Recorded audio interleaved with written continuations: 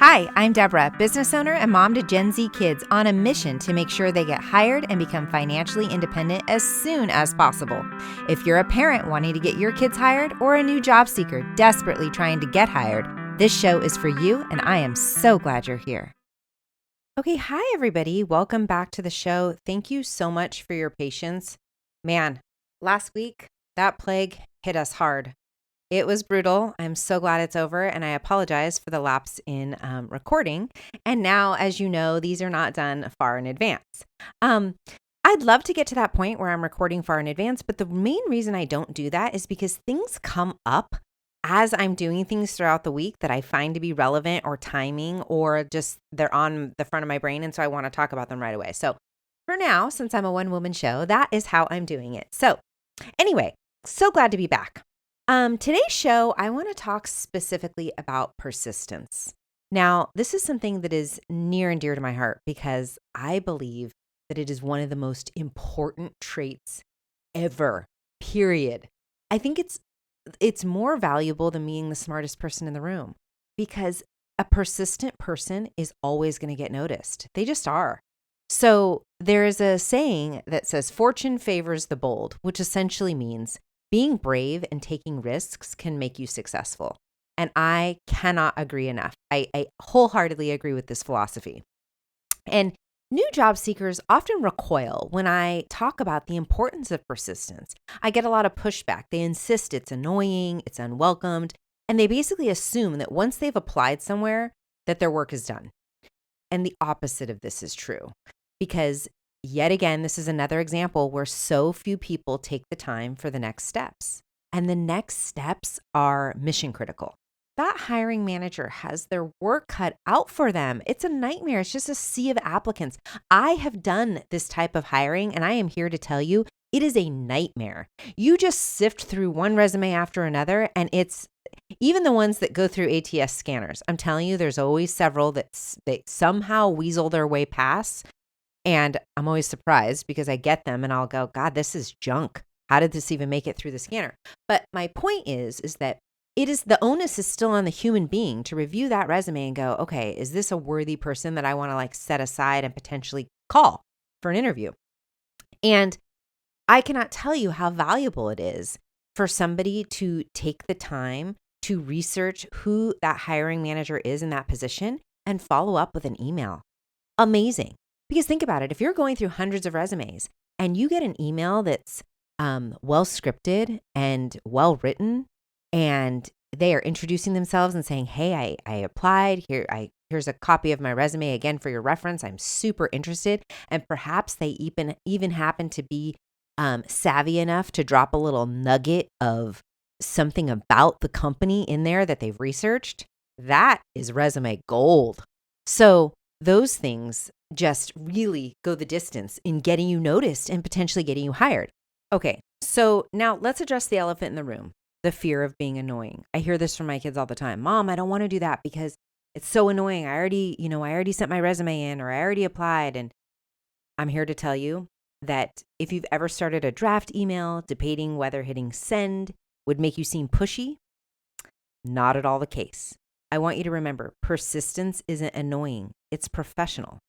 So let me reframe it for you. When you follow up, you're not pestering. You're communicating your interest and enthusiasm. Hiring managers expect this.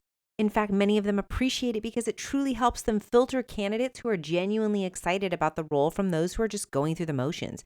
And trust me, you'd be shocked how many people just apply with the most mediocre resumes you've ever seen, especially new job seekers, because very few of you are even taking the time to tailor your resume to that specific job anyway, which is golden rule number 1. And I've mentioned numerous times in previous episodes, so go back and listen. But if you are sending a generic resume to a job and you are not doing any connecting on LinkedIn or follow up, you're never going to get a call. It is what it is. So after you've applied, now what you need to do is figure out who the hiring manager is on LinkedIn. And you got to do this with a little research and creativity. So here's some examples. So first of all, you're going to look at the job posting. You're going to look for names. Some job postings list the recruiter or the hiring manager directly in the posting. Look for phrases like reporting to or for questions, contact. some posting includes links to actual employees or teams directly in the description. Another way to go about it is to go to the company page on LinkedIn and search for their company profile, view the employees, click on the People's tab on the company's LinkedIn page. This will show you a list of employees who currently work there. Then what you would do is narrow by role. So you want to search for titles that indicate they might be involved in the hiring process, such as recruiter, talent acquisition, hiring manager, hiring or HR manager, department head, if applying for a specific department. And keep in mind too, if they're not a huge company, you're really just looking for things like, if you're applying to a marketing role, you might be looking for somebody that's a marketing manager or a director of marketing. Not all companies have HR departments. I know that sounds crazy, but it is true. So you also want to filter by location. Use LinkedIn's filters to narrow the search by the company's location, especially if it is a large company and it has multiple offices. Another feature to use is the People Also Viewed feature. So when you click on an employee's profile, LinkedIn will show you a People Also Viewed section. And this often includes colleagues in similar roles, which might also lead you to the right person. And then you want to make sure you're using common sense to identify the right person.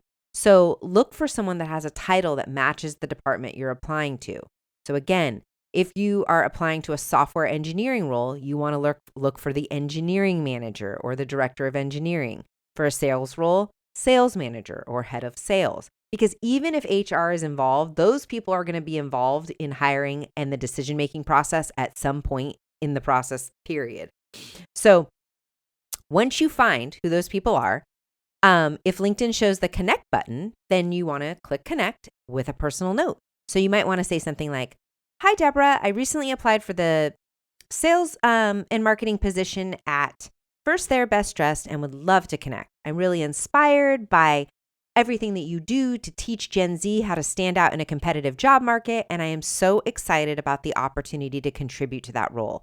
Looking forward to staying in touch." So again, they've mentioned my name, the position they're applying for, the name of my company, and what they have determined that the company stands for. This is also an opportunity for you to drop any sort of little personal nugget that you think might resonate. Meaning, if they, let's say, have a background image that is a professional team that you know about or follow, or let's say they went to the Ohio State and Ohio State just won the college football championship. But that may be something that you want to, mention, like, hey, wasn't that a great game or whatever. Any opportunity you can to pick something out personally that is important to them and use it as a callback in your message. Again, resume gold. So, and then lastly, you want to leverage your LinkedIn's connections feature to see if anyone in your network works at the company or knows someone who does. A mutual connection can always provide valuable introductions or insights. One of the great ways to do this is alumni from your school. So for example, I just had my oldest apply to a few internships recently, and we went and looked to see who from the companies that he applied to also were graduates of the University of Utah. He connected with all those people, sent messages. Anything he could do to leave a little breadcrumb behind is worth it. So that's another example. So anyway, this is just a really great opportunity to continue to follow up, continue to let them know you are eager, you are persistent. My very first job when I was 16 was at Nordstrom. At the time, they didn't hire anybody under 18. I did not have an online option back then because, for God's sakes, the internet didn't even exist. But the point that I'm making is the persistence that I did in person for them to carve out a position for me as a 16-year-old. It's because I continued to show up and continued to beg and plead my case in my elevator pitch face-to-face day after day, because I wanted 46 different color pairs of Guess jeans, and my parents were like, "You need a job, Debra." So the point that I'm making is persistence gets you so far. It just does. I don't even care if the answer is, "Oh, we don't do that." "Oh, the answer is no." "Oh, there's no reason to." "Oh, you have to be this." There's always a workaround if they want you. They will figure it out. So I have to say, I have never, ever, ever in the hiring that I've done in my decades of work found somebody's persistence to be annoying. Ever. I have always looked at it as, what a highlight. Why wouldn't I want that person working for me? Period. Anyway, I hope that you have found this episode valuable. If you have, please do share it with a friend. It helps me so much. Okay, I'm going to add a link in the show notes because I'm going to create a resource with templates on how to follow up or what to say per se to some of these hiring managers when you find them online. I'll put a couple templates together that you can use. So just look for that link in the show notes. It'll be a free resource for you, and I think it'll be really helpful. Again, I just want to reiterate, none of this is intuitive. It is all hard. It is all daunting. I totally get it, but I so hope that these little nuggets that I give you weekly are helpful. And parents, those of you that are listening, because I know it's mostly parents listening, and thank you, by the way, share this with your kids and see if there's any way you can help them follow up and be diligent about being persistent, because it is literally a game changer. Until next week, have a good one, and I will talk soon.